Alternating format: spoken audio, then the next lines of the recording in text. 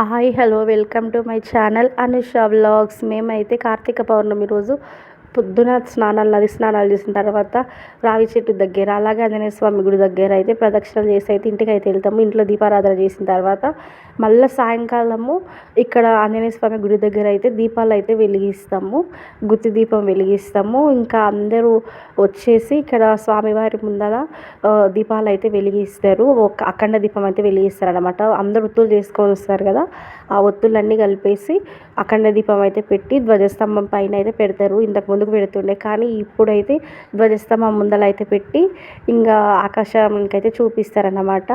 ఇంకా మా నానమ్మ వాళ్ళు గినంగా అయితే లోపల అయితే ఒత్తులు వేసి అఖండ దీపం అయితే పెడుతున్నారు.